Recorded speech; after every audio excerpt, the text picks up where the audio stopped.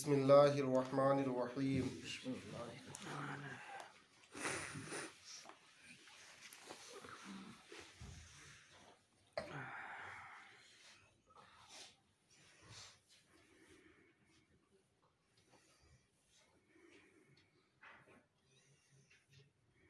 وعنہ قال قال رسول اللہ صلی اللہ تعالی علیہ وسلم مفتاح الصلاۃ الطہور وتحریمها التکبیر وتحلیلها التسلیم. اور انہی سے روایت ہے کیونکہ اس سے پہلی حدیث حضرت علی رضی اللہ تعالیٰ عنہ سے مروی ہے، اس لیے کہا کہ اور انہی سے روایت ہے، یعنی حضرت علی رضی اللہ تعالیٰ عنہ سے روایت ہے. وہ فرماتے ہیں کہ رسول اللہ صلی اللہ تعالیٰ علیہ وسلم نے فرمایا مفتاح الصلاۃ الطہور، کہ نماز کی کنجی طہارت ہے. نماز کی کنجی طہارت ہے. وتحریمها التکبیر، اور اس کا احرام تکبیر ہے. نماز کا احرام کیا ہے؟ تکبیر. وتحلیلها التسلیم، اور اس سے کھلنا، نماز سے کھلنا، نماز سے فارغ ہونا کیا ہے؟ سلام.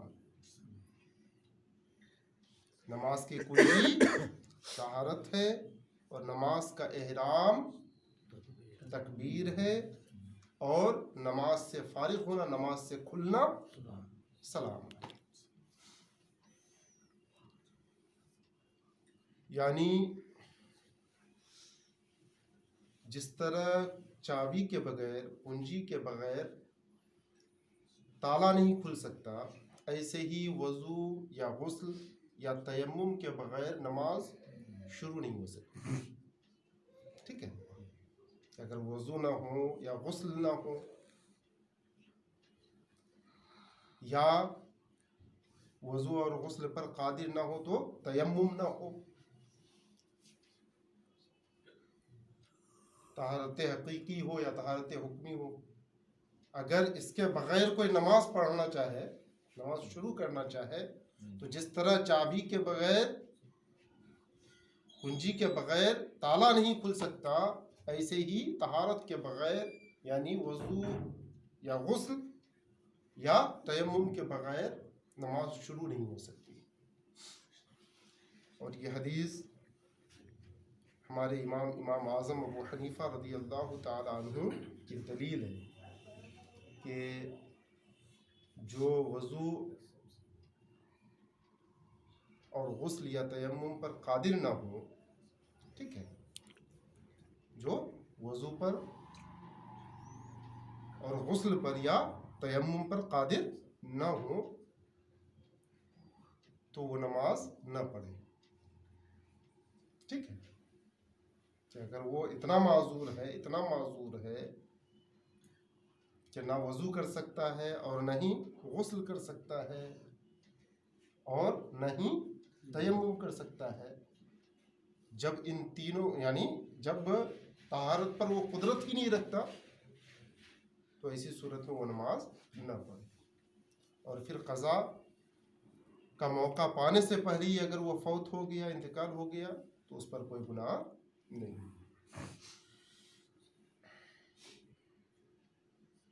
وتحریمها التکبیر، اور نماز کا احرام تکبیر. یعنی جیسے حج کا احرام تلبیہ ہے، حج کا احرام تلبیہ سے ہوتا ہے نا، حج کا احرام تلبیہ سے بنتا ہے. تلبیہ کہتے ہی حاجی پر بہت سی چیزیں حرام ہو جاتی ہیں، ٹھیک ہے نا. جیسے ہی حج کا تلبیہ کہا، اب تلبیہ کہتے ہی حاجی کے لیے بہت سی چیزیں اب حرام ہیں، جو پہلے حلال تھی اب اس کے لیے جائز نہیں. ایسے ہی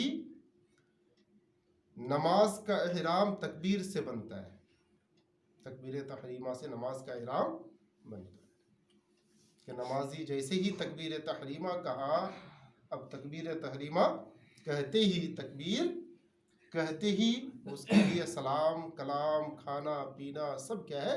حرام۔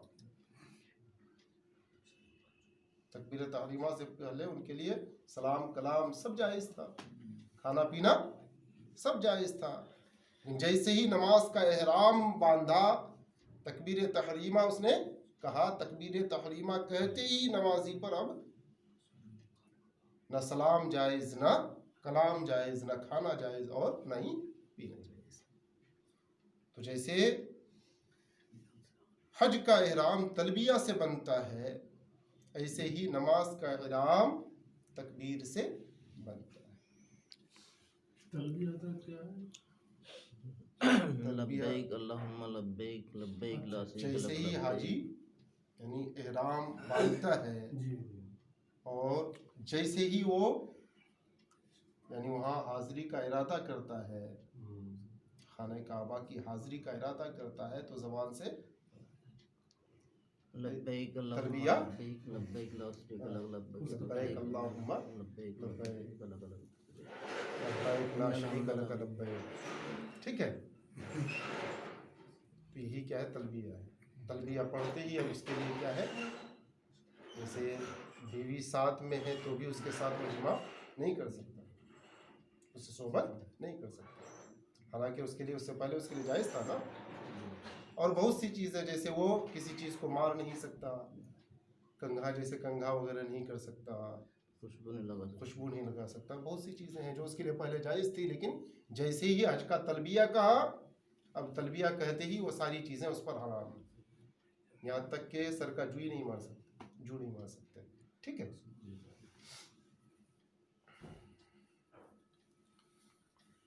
اور نماز کا احرام کیا ہے؟ تکبیر ہے، اور نماز سے کھلنا سلام، کہ جیسے حج سے کھلنا سر منڈوانے سے ہوتا ہے، حج کا احرام کیسے کھلتا ہے؟ تمام جو حج کے ارکان ہیں، تمام ارکان سے فارغ ہونے کے بعد، ٹھیک ہے، سارے حج کے سارے ارکان سے فارغ ہونے کے بعد جیسے ہی حاجی نے اپنا سر منڈوایا، اب اس کے لیے وہ تمام چیزیں پھر سے جائز ہو گئی۔ حالت احرام میں جتنی چیزیں اس کے لیے ناجائز تھیں، جو چیزیں ان کے لیے ناجائز ہوئی تھی، اب وہ ساری چیزیں اس کے لیے جائز ہوئی، ٹھیک ہے؟ تو ایسے ہی نماز سے کھلنا کیا ہے؟ سلام ہے، کہ نماز کا احرام باندھتے ہی تکبیر تحریمہ کہتے ہی اس کے لیے بہت سی چیزیں حرام ہو گئی، جیسے سلام کلام کھانا پینا ہو۔ جیسے ہی اس نے سلام پھیرا، سلام پھیرتے ہی نمازی پر اب وہ ساری چیزیں حلال، نمازی کے لیے وہ ساری چیزیں کیا ہے؟ جائز ہیں، سلام کلام کھانا پینا وہ سب کیا ہو گئی؟ یہ ساری چیزیں ان کے لیے نمازی کے لیے جائز ہو گئی۔ تو جیسے حج سے کھلنا حاجی کے سر منڈوانے سے ہوتا ہے، ایسے ہی نماز سے فارغ ہونا یا نماز سے کھلنا سلام سے ہوتا ہے۔ اس لیے آقا نے فرمایا وَتَحْلِيلُهَا التَّسْلِيمُ، کہ نماز سے کھلنا کیا ہے؟ سلام۔ اور یہ بھی یاد رہے کہ تکبیر چاروں اماموں کے نزدیک، ائمہ اربعہ یعنی سیدنا امام اعظم ابو حنیفہ رضی اللہ تعالیٰ عنہ، سیدنا امام شافعی رضی اللہ تعالیٰ عنہ، سیدنا امام مالک رضی اللہ تعالیٰ عنہ، اور سیدنا امام احمد بن حنبل رضی اللہ تعالیٰ عنہ، ان چاروں اماموں کے نزدیک تکبیر کیا ہے؟ فرض ہے، نماز میں تکبیر فرض ہے، ٹھیک ہے؟ اور سلام امام شافعی، امام مالک اور امام احمد بن حنبل رضی اللہ تعالیٰ عنہ مجمعین کے نزدیک سلام کیا ہے؟ فرض ہے۔ ان تینوں بزرگوں کے نزدیک سلام کیا ہے؟ نماز میں فرض ہے۔ لیکن ہمارے امام اعظم ابو حنیفہ رضی اللہ تعالیٰ عنہ کے نزدیک نماز میں سلام واجب ہے۔ لفظ سلام کا ہونا، نماز سے فارغ ہونے کے لیے لفظ سلام کا ہونا، السلام علیکم نہیں، السلام، ان تینوں بزرگوں کے نزدیک السلام، لفظ السلام کیا ہے؟ فرض ہے، اور ہمارے امام کے نزدیک واجب ہے۔